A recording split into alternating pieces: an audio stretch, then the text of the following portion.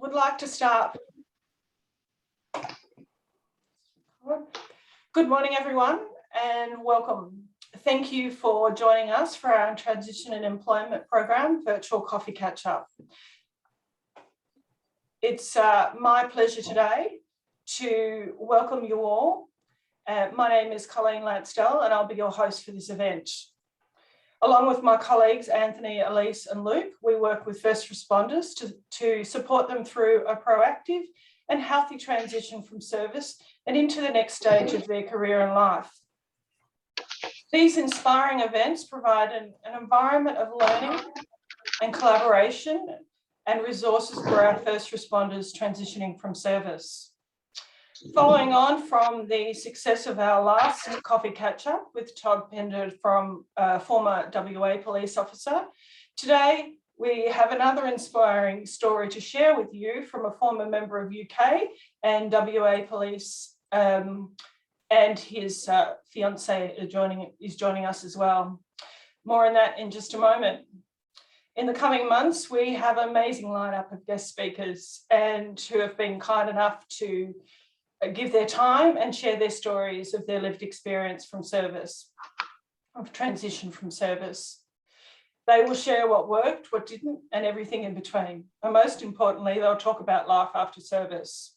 In addition, we have the pleasure of hearing from family members who have provided that valuable support throughout service and beyond.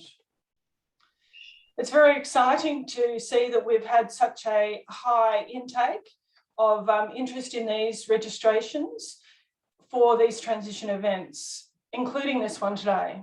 So on behalf of the team at Fortem Australia, thank you for your presence and part in this community.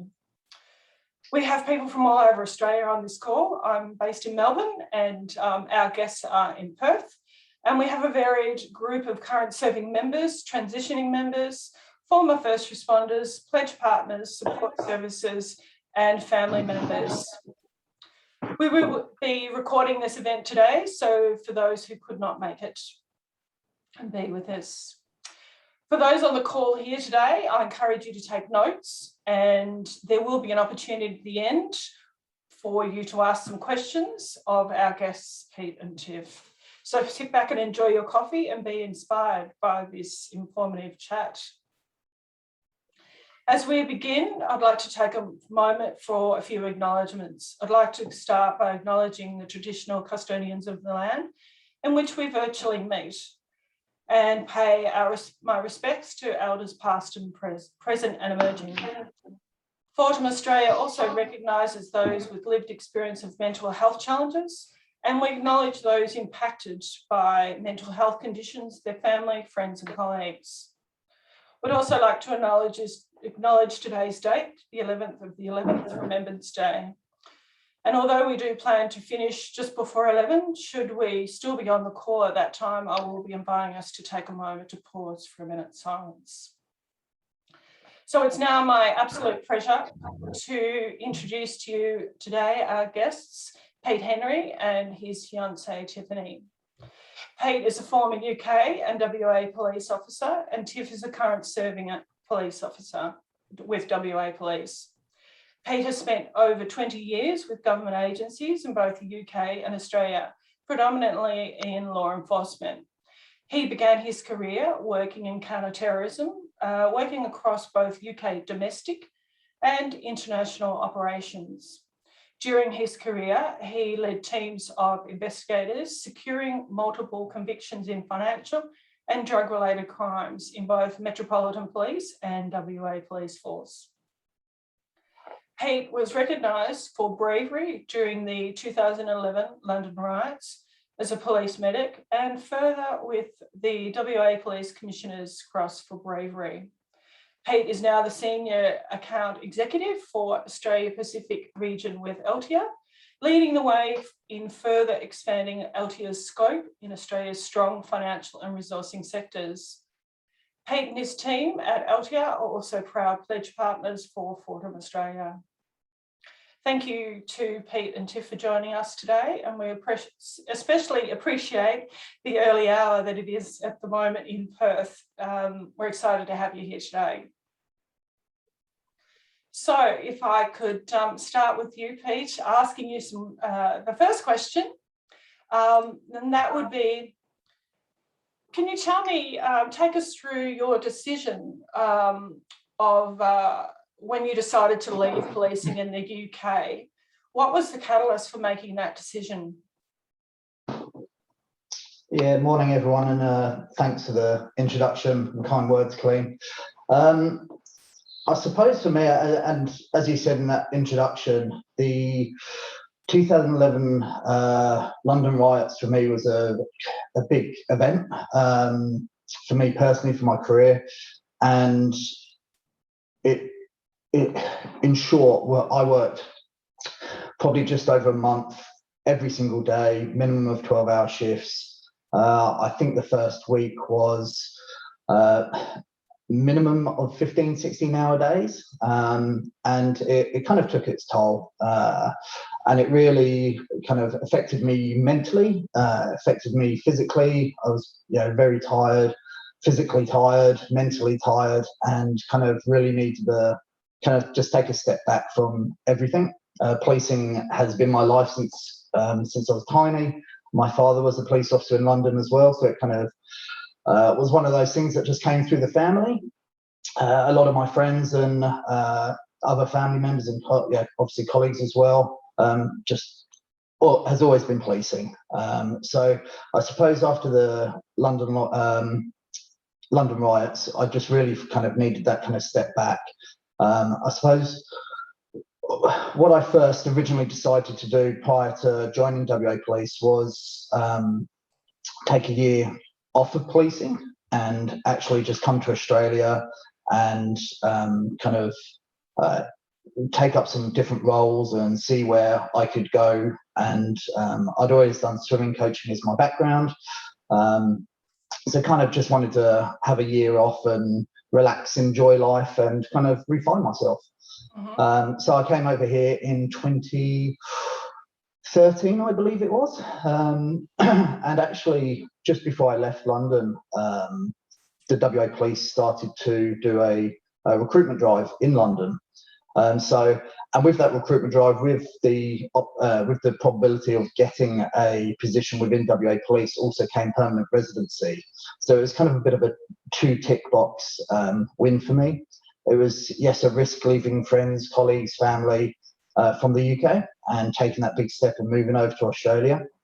But I had that opportunity to really kind of find enjoyment in life again and relax, and also have that recruitment going on in the background, where I had the potential of getting permanent residency in Australia. So that was a really big kind of driver for me, and I kind of I like taking the risk aspects of things. It does, I always want to learn. I always want to kind of improve myself, and I had many friends over on the East Coast, and it was a really good opportunity just to kind of strengthen those relationships. And as I said, just really kind of move away a little bit from policing and just kind of find myself again. Yeah, sure. Great. Thank you. So the really key points there of finding that enjoyment in life again and learning and growing. So, really important things, aren't they? Yeah. After arriving in Australia, you took 12 months out and you worked in a range of unrelating policing roles, such as hospitality, and before rejoining policing, once again with WA Police. Can you walk us through what that 12 months was like, and what did that do for you personally and professionally in working in industries that were completely unrelated to policing, yet as you tell your story, we'll hear that they were in a way similar.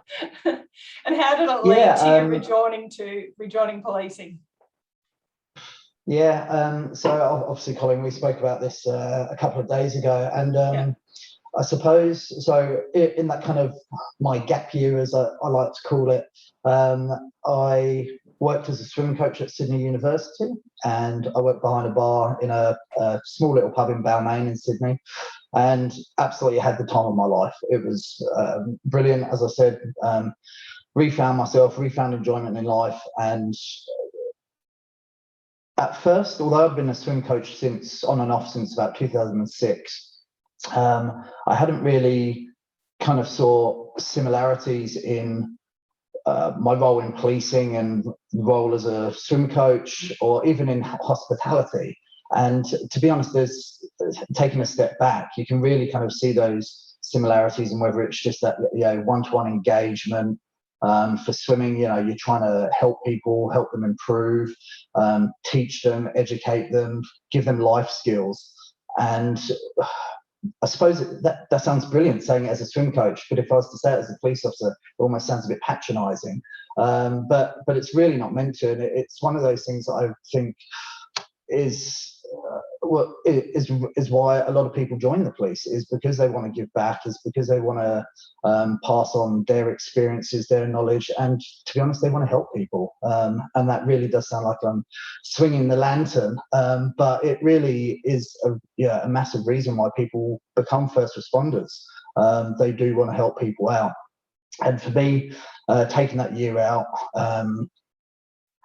being able to give back in that swim coaching and working in the hospitality, just again made me kind of reignite that kind of passion in actually giving back and not having people yell at me all the time and little things like that. And again, I suppose a characteristic that again we spoke about this a couple of days ago, which kind of made me laugh, was a really good thing that I was good at in the hospitality was kicking people out of the park, but in a nice, polite way, because I've been doing it for 10 years in London, trying to get people to move on from protests, getting people out houses, you know, whatever it might be. And I feel that I'm quite softly spoken, but if I need to, I can find that policing voice to kind of happily move people on. And a few times when it came to the kick out time, you ask some people nicely, you know, please drink your drinks and, you know, time to move on, and they just kind of look at you and laugh in a group of 20, and then you kind of dig down deep and find your policing voice, and before you know it, they're drinking up and moving out. And my manager at the time was so impressed that someone who's not worked in hospitality before could do that. And I said, well, you know, there are similarities between, you know, the communication skills that you have in hospitality and the communication skills that you need being a police officer. Or first responder, and it made them take a step back and kind of realize that, you know, so many other skills are, you know, you can cross over from industry to industry. And no doubt that time helped you to see where the crossover and the transferable skills were as well. Yeah, absolutely. And I think, I'm not sure, I can't remember if it's one of the other questions later on, but I think that's a massive point for first responders when they're moving away from the kind of government sector into private sector, is having that knowledge and trust in the skill set that they do have, that people, companies in the private sector do really appreciate them and need them, I think, more than anything. And it's having that confidence in yourself to kind of go, I know what I can do, I have that skill set, but it's just finding those avenues. And that's why, you know, for me, Fortem is such a brilliant partner to kind of be with for my company now, that we can actually go, you know, this is our story and this is what Fortem is here to do. It's here to help you, to make you realize, or help you realize what your skill set is and how other companies can use it. Said it beautifully, Pete. We certainly are here for that. So that leads beautifully into the next question, fast forwarding into earlier this part of the year of 2021, and you decided to transition from WA Police into the private sector. So in that next step of your career, could you tell us those particular, in that transfer from policing experience, can you tell us specifically what those skills you believe you've been able to transfer? Yeah, I suppose for me, so my last unit within the WA Police was a division called the Digital Policing Division, and we were set up to be the go-between management, the tech guys, and the guys on the front line. I think WA Police, just like many government agencies and probably private sector agencies, companies as well, for many years, we've always gone out to outside third-party stakeholders to say, look, we need a new system, we need some technology.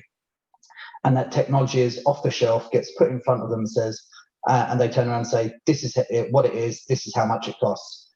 And I think historically, agencies, companies have just nodded their head and agreed and said, yeah, we'll take this on and we'll learn to love it.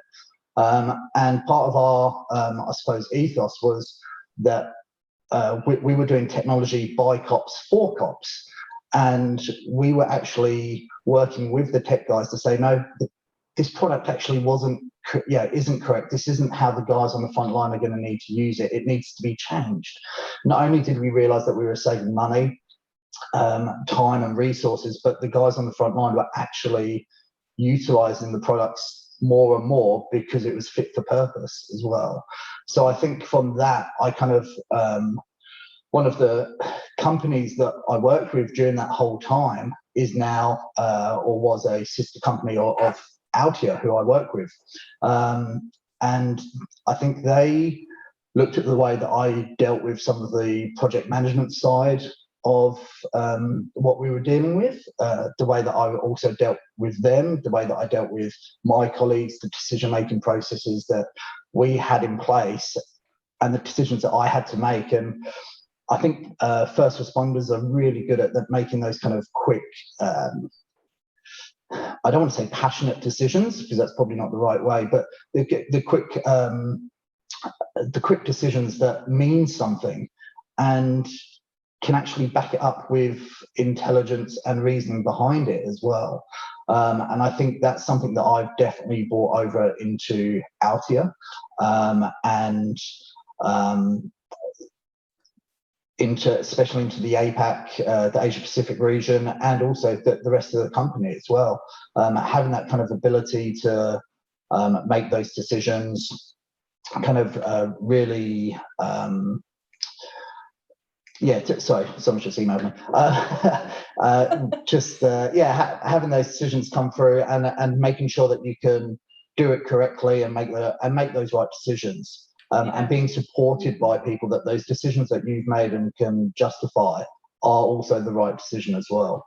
Yeah, I think you've touched on some really key points there of the project management skills and being able to, the way in which you're communicating and commanding the audience, and the quick decisions and project management skills are really important and are very much essentially a transferable skill from policing into working in through that transition process.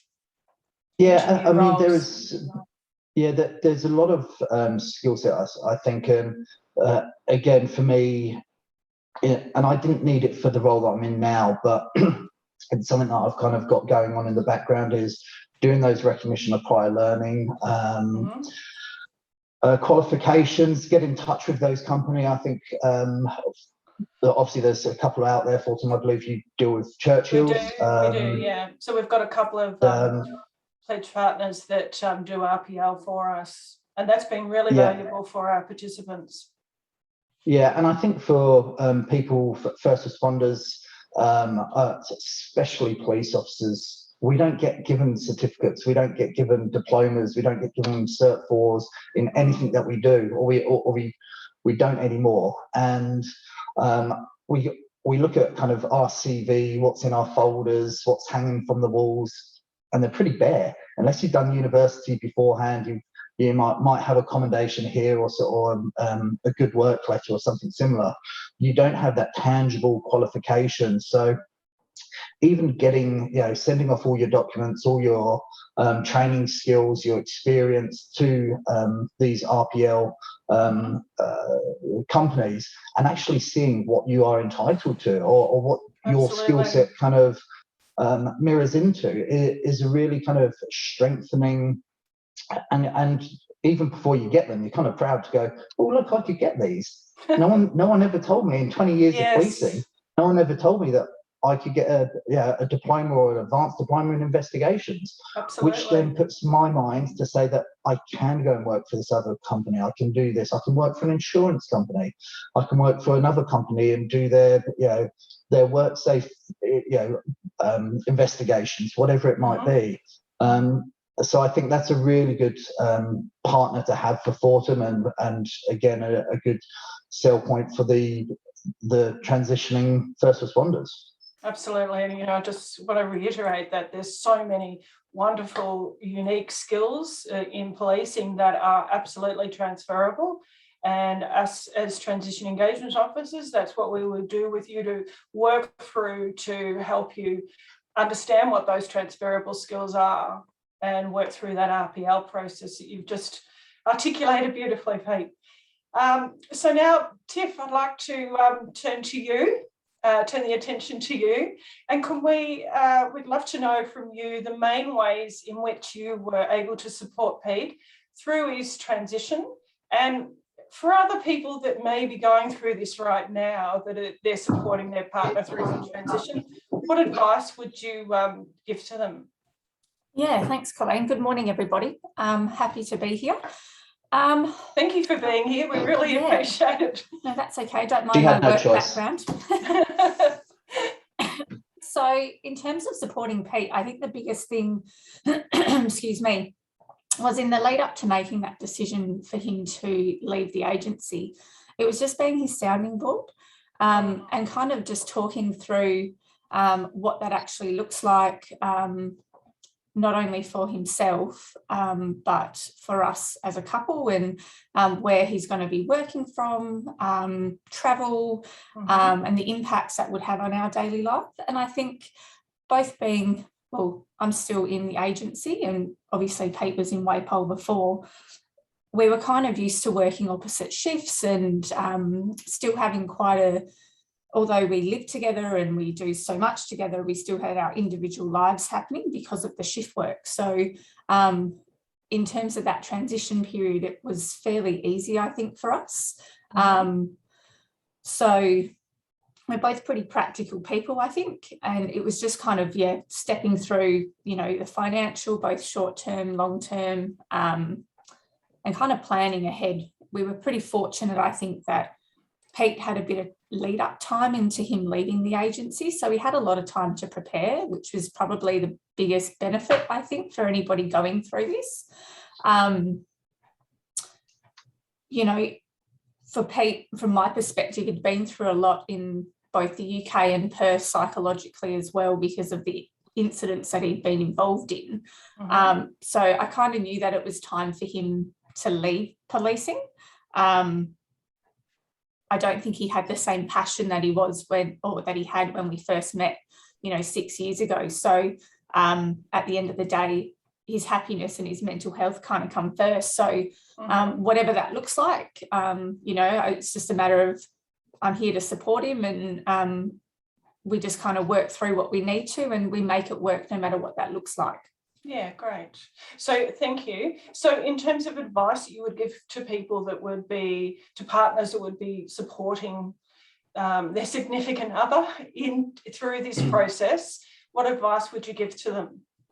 I think it's really, the first and foremost is just understanding the reason why your partner wants to leave whatever agency they're a part of.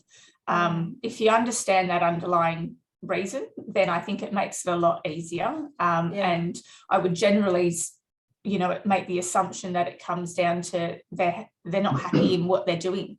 And I think no matter what industry you're in, if you're not happy going to work every day, then you're not doing what you should be doing. So it's just making that plan. Yeah, exactly. We all want to get up in the morning and have a bit of purpose. And at the end of the day, Pete wasn't, although he was enjoying, I guess, digital policing, he hadn't been there for very long. And this opportunity came up with Altia, and it, ultimately, if it didn't work, then we'd make plan B and we'd go, right, well, what's the next step? So, I guess apart from understanding the reason why your partner wants to leave, is just planning for that and what the impacts that transition will have on you and your family. Yeah, And it's a very holistic approach and I think you've mentioned really key words there of the planning, that whole process. Yeah, exactly. I think that's really key. And so you kind of prepare for every possibility, because you don't know what is that new opportunity is going to be like in the future. But if you kind of put a plan in place, I guess, then you tend to not have too many surprises. Yeah. Okay, thanks so much, Tiff. Now, for both of you, if you had the opportunity to go back and have someone give you one piece of advice that would have assisted you in the decision to transition, what would it be and why? For me, well, I just want to say, I think when Tiff was just starting off in that conversation, she was just about to say that we started seeing each other more and more whilst I was now transitioning out from the police, and that sounded like a bad thing. No, of course not. No. 6 years of doing shift work, where we've been on different shifts, and then suddenly we're at home all the time together. And it tested us, no, it didn't. It made us stronger. I won't go there. Yeah. But on a kind of on a practical side, that's another thing that you have to plan for. You know, for me, I'm working from home, so I suppose a lot of people have gone through this because of COVID recently, where absolutely, couples would not spend Monday to Friday during the day with each other, but now they are, and they're both having to find their own spaces so they can work from, so they can do Teams meetings. So I'm pretty sure, just like Tiff and I, if we're sat at either end of the dining table, both trying to do a Teams meeting, we're also giving each other daggers to who's going to shut up first. So I think that's an event right across Australia. Oh, well, the world, really, absolutely. isn't it? Yeah. So that's definitely a thing that you've got to plan for, I guess, as well. But for me, something that to take away from one piece of advice. Again, Tiff mentioned it. It's the planning. It really is. For us, for me, I was very lucky. I was approached, so I didn't have to. Although I was mentally looking, I wasn't actually physically looking for a new job at the time. But I was ready to move on from policing. But it really is planning. And Todd said it last month as well. It is really key. I went from being paid fortnightly to being paid monthly. So I had a 6-week period where I wasn't getting paid or getting a full wage. So that's something that we built into our plan prior to me leaving WA Police, and we actually made sure that I left on a said date so that my pay would be at the maximum point from the WA Police, and then within a week and a half time, I'd get a very small amount from my next company, and we'd go that way. So it's a very deliberate planning on how you're mapping that out, really, isn't it? To have the least impact. Yeah, and that, as you said, having that least impact makes the whole process easier. So putting those little plans into place, speaking to friends, speaking to family, and I suppose, policing is my trade. And worst case scenario, if things with Altia didn't work out, and I can't see that, I'm very supported through them, and they've been absolutely brilliant to both Tiff and I think I probably should say that, as I don't know, they might listen to this at some point for a recording. They're a great company. Is the boss listening? Rob, if you are, brilliant boss. No, it's I have been really lucky with that. But that kind of one piece of advice for me is just plan. Take your time and plan. There really is no rush. You're in a safe environment. As a first responder, you're not going to suddenly get sacked overnight. And that is, really that comes down to the crux of the risk of moving, is that as a first responder, you are safe in the big scheme of things. in the private sector, we believe we're not. But I don't think that's true. I think you are safe in the private sector as well. You work hard. You continually want to learn. You want to improve yourself. It's just as safe, and it's more safe because it's physically safe. So yeah, absolutely. And moving on from that,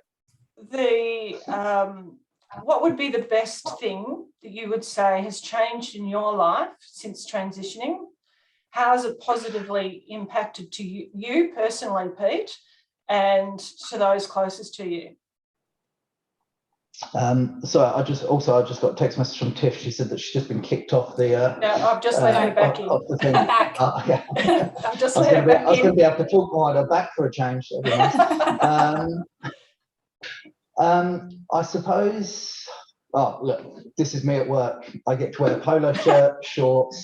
I can go down to the beach and grab a coffee in the morning. Looks pretty chilled to me, Pete. What an absolute brilliant life. If that's the way my life goes from now on, I'll die a very happy man.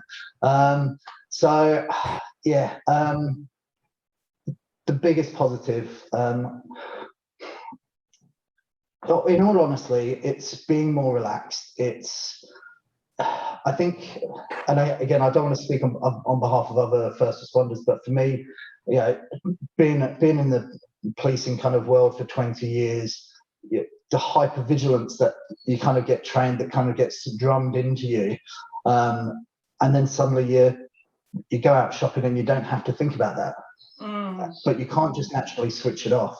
So it's kind of evolving your body into kind of normal life, relaxing and just taking on everything as it comes, having weekends off, knowing that you've got. How did that feel?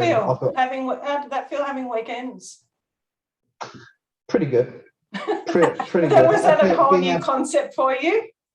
I suppose I was lucky, and actually this is a good thought process, that if someone is transitioning out from an agency, maybe the first step is to move away from doing, if they have that opportunity, to move away from doing shift work into Monday to Friday role, if they have that opportunity. And I was lucky enough to have that opportunity.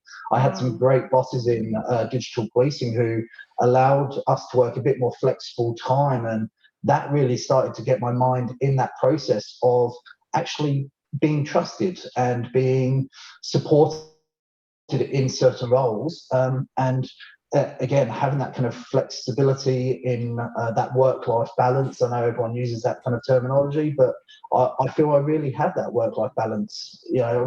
I do a couple of hours work in the morning, a couple of hours work later on, go and grab a coffee, drop a few emails, and then I might be working till 9 p.m. at night. That's my choice. And it's great to have that flexibility that I've never had before. So great. Yeah.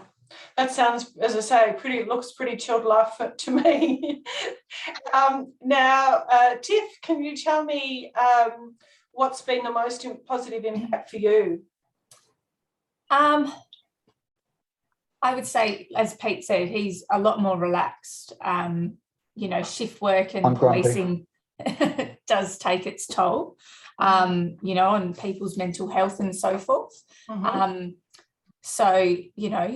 Home life, not that it was ever bad, but he's a lot more relaxed and he's happy, and it's nice that at the moment I also have the opportunity to work a Monday to Friday role, so we do get to see each other and have dinner with each other every night, which is just an unusual concept. Yeah, it is. Tiff doesn't have to cook. Yeah, I was just about to say, I'm fortunate that Pete does most of the cooking. Fortunate or unfortunate? Oh no, fortunately. He's a much better cook than me.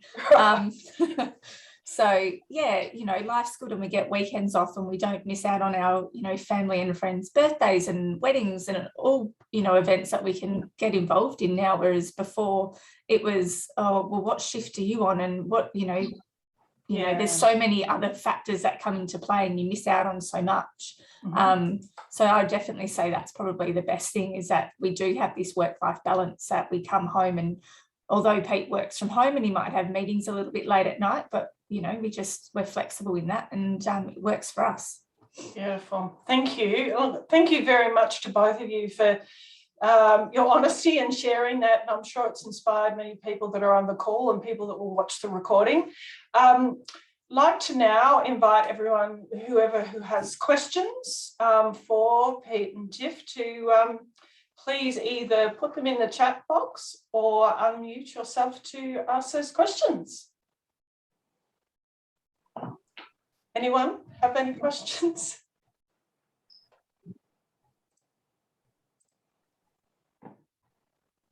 No? Okay, well. That's always good. Well, I think you've answered all their questions, Pete, because you're both of you are very thorough in your responses. So without any further questions, is there anything either you, Pete, or Tiff you'd like to add?